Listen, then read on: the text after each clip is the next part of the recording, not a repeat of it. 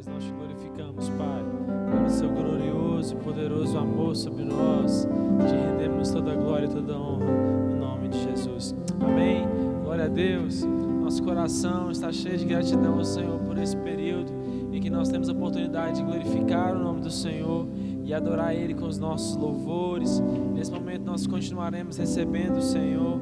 Quero te convidar a abrir a sua Bíblia na sua casa, no livro de 2 Reis, capítulo 6. 2 Reis, capítulo 6.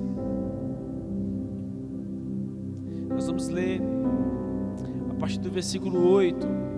2 Reis, capítulo 6, versículo 8, é o relato do momento em que um exército é enviado contra Samaria e havia um motivo por o qual isso estava acontecendo.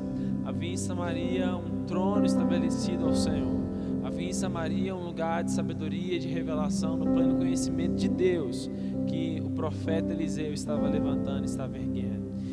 O livro de Reis, 1 Reis, 2 Reis, ele foi escrito numa tentativa de fundamentação do porquê Jerusalém foi cercada e do porquê o cativeiro babilônico foi estabelecido sobre o povo de Jerusalém. O contexto todo vai levar e vai conduzir sobre que a história dos reis fez culminar a ira de Deus sobre a nação, e por isso agora o povo estava habitando em Babilônia. Então esse relato do texto de 1 Reis, 2 Reis, todo é trilhado nesse caminho de fundamentação do que estava acontecendo e do que estava fluindo ali na história, e de como Deus desejava que o povo voltasse para Ele, mas o povo em muitos momentos inclinou o seu coração à desobediência. E o livro de 2 Reis, capítulo 6, a partir do versículo 8, fala que o rei da Síria estava em guerra contra Israel. Depois de reunir-se com os seus conselheiros, decidiu: em tal lugar eu erguerei o meu acampamento. Mas o homem de Deus mandou comunicar ao rei de Israel: tome muito cuidado com esse tal lugar, pois os sírios estão se deslocando para lá. Então o rei de Israel enviou suas tropas ao local que o homem de Deus lhe havia orientado, e assim se protegeu. Esses avisos não ocorreram uma só vez, nem duas. Quando o texto diz que não ocorreu nenhuma nem duas vezes, o texto está falando que isso ocorreu em várias vezes. O contexto desse texto nos relata o momento então que há uma guerra se desferindo contra Israel. O rei da Síria estava em guerra contra Israel, mas havia em Israel um grande profeta do Senhor. Quando nós olhamos para a história, nós falamos e relatamos como sendo um grande homem, mas Eliseu era um homem comum. Embora ele era considerado um profeta e respeitado como um profeta, ele vivia uma vida como um homem comum, mas um homem que decidiu não ter uma vida tão comum no seu relacionamento com Deus. Eliseu, a Bíblia fala no livro de Hebreus que houve tantos homens na história bíblica que eram homens que o mundo não era digno deles, mas Eliseu talvez era um desses homens. Mas o estilo de vida que ele adotou para si fez com que ele não fosse comum no céu e no seu relacionamento com Deus. Então, essa guerra que está acontecendo na nação, a Síria, a maior potência talvez dessa época, está tentando minar a estrutura de Israel. E em cada momento que o rei da Síria vinha contra Israel, Deus estava orientando Eliseu a partir do lugar de oração, a partir do lugar de intercessão e de clamor, de adoração ao Senhor. Eliseu recebe revelações tão claras de como o exército de Israel deveria se comportar. Entenda que por mais que o rei de Israel tinha um governo e tinha autoridade, estava sobre Eliseu a capacitação espiritual de discernir onde o inimigo estava atacando, de compreender em qual posicionamento era necessário o povo de Israel ter em cada situação. Então aqui ele está orientando o rei sucessivas vezes: olha, não vai por aqui, ou não faça dessa maneira, leve o exército por tal caminho, olha, o exército da Síria estão esperando vocês em tal lugar, não vá por lá, ou ataque de tal maneira, de modo que Israel se conduzia de vitória em vitória. E o versículo 11 fala que o coração do rei ficou muito perturbado, o rei Aram, com isso, e mandou chamar seus servos e lhes interrogou: não me podereis descobrir quem, afinal, é quem está nos traindo a favor de Israel. E um dos seus servos pondera, dizendo: ó rei, meu senhor, não é isso que está acontecendo. Deixa eu te informar o que está acontecendo, meu senhor. Existe um profeta, o nome dele é Eliseu. Ele está nas terras dos israelitas, e ele conta ao rei de Israel tudo quanto dizes no secreto dos seus aposentos. Diante do que o rei determinou, e de ver de onde ele se encontra, e eu vou mandar trazê-lo. Então lhe informaram: o profeta está em Dotã. Ele mandou cavalos, carros e um grande exército para lá, os quais vieram de noite e sitiaram a cidade. Olha, veja o que acontece. Esse rei, ele está debaixo de incômodos, porque para ele é inadmissível o fato de que ele é um bom rei, ele tem um bom exército, mas ele não consegue destruir Israel em nenhuma das batalhas. Ele não compreende isso. Ele fala: é impossível nós caminharmos, eles estamos caminhando, em todos os lugares onde nós chegamos, parece que eles já sabem a nossa estratégia de guerra, parece que eles já sabem o que nós vamos fazer, e através disso, ele chama o seu conselho e diz: olha, há alguém aqui no nosso meio que está nos traindo, há alguém aqui no nosso meio que está comunicando a Israel aquilo que são nossas estratégias de guerra. É interessante porque esse homem, que era um homem comum chamado Eliseu, esse homem que talvez era um homem comum para a vida de muitas pessoas em Israel, esse homem, a fama dele havia se espalhado em vários lugares talvez. Em muitos momentos da nossa vida nós dispensamos e muitas pessoas nos tratam como pessoas comuns, mas eu quero te dizer que a partir da nossa decisão de viver uma vida impactante junto dos céus, vai trazer sobre nós relevância na terra e glorificação do nome de Jesus. Perceba que o que se é informado ao rei da Síria não há nenhum traidor. Todos nós, todos os homens que estão ao seu lado, de fato, eles te honram, eles te amam, eles estão contigo, rei. O grande problema não está aqui. O problema é que há um profeta que está em Israel. Há um profeta, há um homem que carrega uma autoridade no espírito dele. Há um homem que está capacitado no seu homem interior. Há um homem que carrega um poder de revelação dentro dele. Tudo aquilo que você decide no mais secreto do seu aposento, tudo aquilo que você pensa, tudo aquilo que passa pelos seus pensamentos, pela sua memória, lá em Israel, esse homem, pelo impacto da vida que ele tem com Deus, ele transmite revelações, ele transmite direções, ele transmite clareza para o rei de Israel sobre onde você estará com ele. Por isso você não consegue prevalecer. É por isso que você não consegue vencer cada batalha, cada guerra, cada frente que está acontecendo aqui. Nesse momento, o rei da Síria se indigna muito. Ele se levanta e ele fala assim: vá lá, eu quero saber onde esse homem está, mande buscar esse homem e eu quero que envie lá a batalha para lá. A nossa batalha então não é contra os exércitos de Israel, a nossa batalha é contra esse homem e esse poder que ele carrega. Perceba que a tentativa desde o rei da Síria é entrar em Israel e trazer Eliseu de modo a enfraquecer as estratégias de guerra de Israel, mas talvez o que esse homem estava tentando é ter do seu lado alguém que pudesse lhe dar as revelações para as suas batalhas e para as suas guerras. O texto fala que ele envia um grande exército até onde Eliseu estava. Durante a noite, esse exército veio e cercou aquela cidade.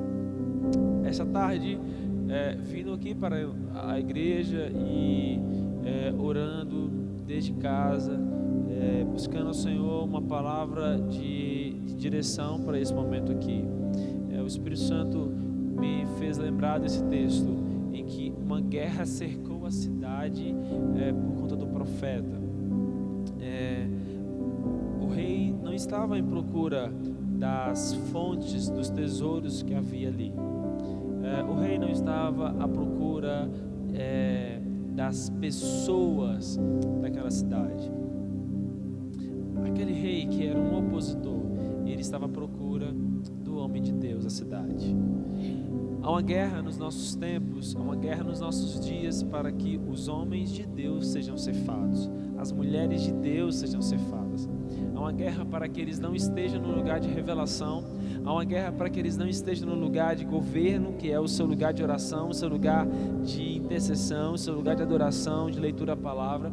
Há uma guerra para que eles sejam destituídos do seu poder espiritual. É sobre isso que eu quero falar essa noite. E diz que enquanto era noite, aquela cidade foi sitiada, aquela cidade foi cercada. Isso nos fala que em muitos momentos, quando nós menos percebemos, quando os nossos olhos talvez estão sobrecarregados pelo cansaço e pela sobrecarga do nosso dia a dia, é nesse momento que o inimigo pode vir contra nós, quando nós pouco percebemos, quando nós pouco estamos atentos. É quando nossas forças começam a minar. E orando no meu lugar de oração essa tarde, o Espírito Santo começou a me mostrar que muito mais que somente uma guerra, de uma pandemia que nós temos nesses dias, nós temos uma guerra que vai além disso. Há uma guerra que está sobre a terra, na mente das pessoas, e essa guerra já está também na alma e no espírito de muitas pessoas.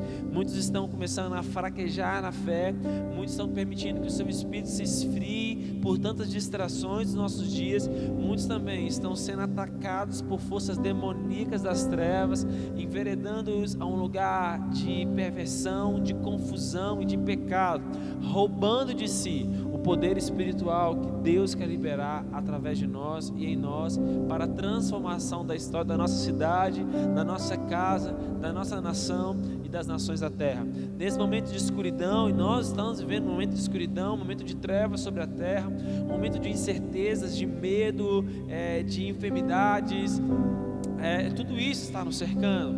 Mas o favor de Jesus virá sobre nós, que nos posicionarmos, sobre aqueles que se posicionarem no lugar de governo e no lugar de oração. A Bíblia fala que no dia seguinte Eliseu levantou-se ao romper da aurora e saiu. E eis que um batalhão cercava toda a cidade com cavalos e carros de guerra. Seu servo lhe indagou e disse: meu senhor, o que nós faremos agora? E o profeta acalmou-o, dizendo: não tenha medo, porquanto são mais numerosos os que estão conosco do que aqueles que estão com eles. Em seguida, Eliseu orou suplicando, dizendo: ó Yahvé, abre os olhos dele a fim de que ele consiga ver. E o Senhor fez com que o moço pudesse enxergar a montanha coberta de cavalos e carros de fogo em torno de Eliseu. E quando os sírios desciam contra ele, Eliseu orou assim ao Senhor: rogo-te que firas esses homens de cegueira. E naquele momento o Senhor fez com que todos os soldados arameus ficassem completamente cegos, conforme o pedido de Eliseu. Eu quero te dizer que naquela manhã, quando Eliseu acordou, havia um grande exército cercando a cidade. Isso era verdade. Esse exército havia se posicionado durante a noite. Era o momento em que os exércitos escolhiam para se posicionar, para destruir uma cidade. Durante a noite, quando as pessoas estavam dormindo, quando as pessoas não estão percebendo, quando as pessoas não conseguem ter uma leitura tão clara daquilo que os cerca, é nesse momento, é exatamente nesse momento em que o inimigo muitas vezes nos cerca. Quando há distração, quando há sono, quando há peso, nós não percebemos quando ele vem. Mas Eliseu estava num lugar de oração, Eliseu estava num lugar de governo. E um homem e uma mulher que está num lugar de governo, ele recebe poder, impacto e revelação no Espírito. Ele está recebendo direções tão claras de Deus. Mais do que isso, um homem e uma mulher que estão posicionados no lugar de oração, no lugar de santificação, no lugar da palavra e de ouvir a voz de Deus, é um homem e uma mulher que consegue perceber as guerras que está o cercando, as guerras que está cercando a sua casa, a sua família, as guerras que está cercando a sua nação, inclusive as guerras que estão cercando outras nações. É nesse momento que, pela manhã, quando Eliseu acorda, esse grande exército está ali, e a Bíblia nos fala que Eliseu tinha um moço que era o seu auxiliar, aquele que ajudava, o seu auxiliar ali administrativo, nas suas tarefas de um profeta. Às vezes ele precisava viajar rápido, ou precisava enviar uma mensagem rápida, era esse rapaz que o ajudava nessas tarefas. O texto fala que esse rapaz fica assim, como que atormentado, atribulado, sem saber, sem direção, sem ter o que fazer. Isso nos fala de uma geração que não carrega poder de revelação, uma geração que está ansiosa e que é temerosa diante das circunstâncias que a cercam. Isso nos fala de uma geração que as situações do dia a dia, as situações do dia, do amanhecer, a colocam em um lugar de tormento, em um lugar de medo e de dor, e façam que ela esteja atribulada, angustiada, façam que ela esteja oprimida, façam que ela esteja ansiosa e sem direção. É nesse momento que Eliseu fala e diz para esse rapaz, dizendo: calma, calma, você não sabe, você não consegue ver. Maiores, mais fortes, mais numerosos são os que estão conosco do que aqueles que estão com eles.